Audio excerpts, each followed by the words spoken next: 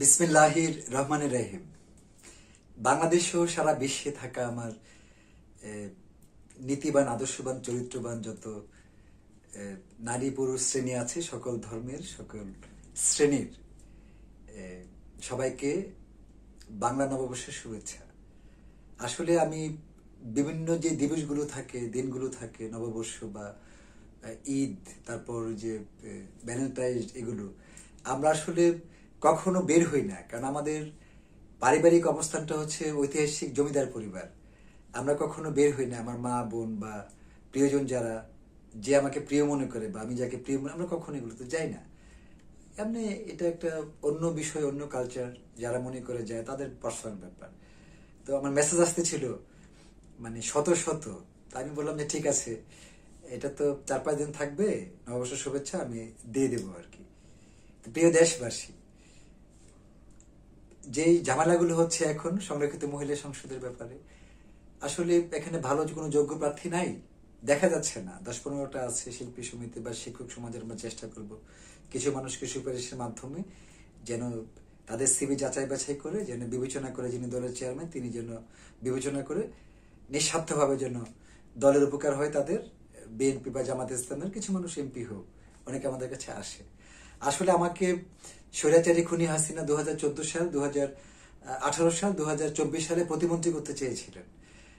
আমি যে পরিবারের মানুষ, 1954 সাল থেকে 90 পর্যন্ত আমার পরিবারের মানুষ এমপি ছিলেন। প্রথমে দাদু এমপি ছিলেন, তারপর আরেক দাদু বাংলাদেশ ব্যাংকের গভর্নর ছিলেন, আরেক দাদু ঢাকা বিশ্ববিদ্যালয়ের ভাইস চ্যান্সেলর ছিলেন, ফুপি ইডেন কলেজের প্রিন্সিপাল ছিলেন, চাচু এমপি ছিলেন, মামা 6বার এমপি, জনশক্তি মন্ত্রী ছিলেন। আমি সবচেয়ে কম বয়সে বাংলাদেশের 2বার সংসদ নির্বাচন করেছি। মা নজরুল গবেষক। তো বিভিন্ন কারণে মানে আমাদের জন্য কোনো দল না, জাতীয় পার্টি, আওয়ামী লীগ, বিএনপি সবাই আমাদেরকে চেষ্টা করে। তো হাসিনা খুব জোর করছে 3বার প্রতিমন্ত্রী বানাবার জন্য। আমি না হওয়ার কারণে আমার বাসার কাজের ছেলেকে এমপি বানিয়েছে 2014 সালে। পরে আমি রাজনীতি থেকে পদত্যাগ করেছি।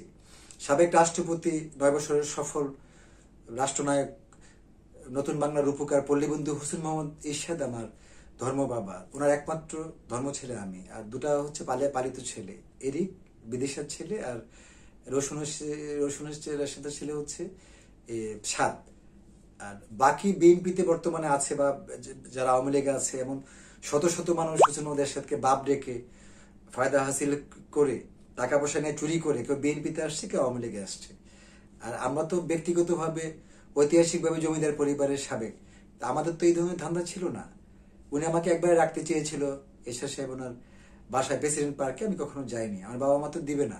সারা দেশে চলছে সংরক্ষিত মহিলা এমপি হওয়ার প্রতিযোগিতা। অনেকেই আসে, স্বতন্ত্র নারী উদ্যোক্তা অথবা মহিলা দলে থাকা কেন্দ্রীয় বা বিভিন্ন জেলার অনেকে আমার কাছে আসছে সুপারিশের জন্য। আসলে সুপারিশটা হচ্ছে যে নাগরিক সমাজের কোনো ব্যক্তি যদি ভালো অবস্থানে থাকে, তারা সুপারিশ করে, অনেক সময় এমপি হয়ে যায়। আর তাছাড়া আমার স্নেহের ভাগিনা ডক্টর মাহাদি আমিন, প্রধানমন্ত্রী কার্যালয়ের মুখপাত্র এবং বিএনপির চেয়ারম্যান, প্রধানমন্ত্রী তারেক রহমানের উপদেষ্টা। তো অনেকে যারা চিনে তারা মনে করে যে একটা সুপারিশ করলে যদি কাজ হয়। তা আসলে কুমিল্লা উত্তরে যে থানাগুলো আছে, এখানে কোনো ভালো প্রার্থী নাই, শুধু মঞ্জুর হাসান মুন্সির বউ একজন আছে, তিনি কয়েকবার এমপি ছিলেন, মঞ্জুর হাসান মুন্সি। সেই পরিবারটা আমার কাছে আসছিল, তো মানবিক কারণে হয়তো দেখা যেতে পারে। আর ব্রাহ্মণবাড়িয়া থেকে একজন শিক্ষিকা আছে, উম্মে আসমা পলি, শিক্ষক নেত্রী এবং চরিত্রবান একজন ভালো নেত্রী, ছোট বোন। দেখি তার পক্ষে সুপারিশ আমার যেতে পারে। বরিশালে একজন আছে, মহিলা দলের সভাপতি, একজন অধ্যাপিকা, তার পক্ষে সুপারিশ থাকতে পারে। আর এমনিতে শিল্পী হিসেবে কনক চাপা এবং যে বেবি রাজনের পক্ষে আমার সুপারিশ আছে, থাকবে। আমি চাই সংসদে মানে 8 থেকে 10 জন কমপক্ষে নীতিবান, আদর্শবান, চরিত্রবান নারী এবার এমপি হোক।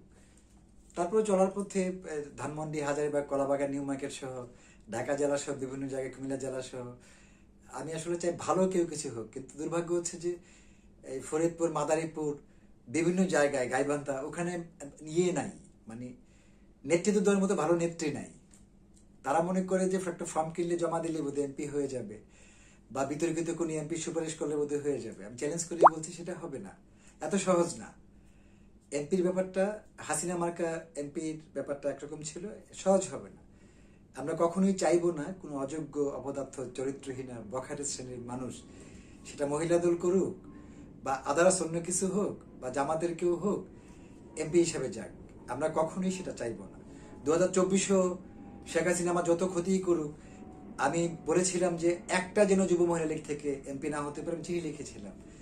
আল্লাহর রহমতে মহিলা যত খারাপই হোক, শেখ হাসিনা আমার কথা রেখেছিলেন। একটাকে এমপি দেয় নাই যুব মহিলা লীগের বা বিতর্কিত কোনো মহিলাকে 24 এমপি দেয় নাই, এর আগে দিয়েছে।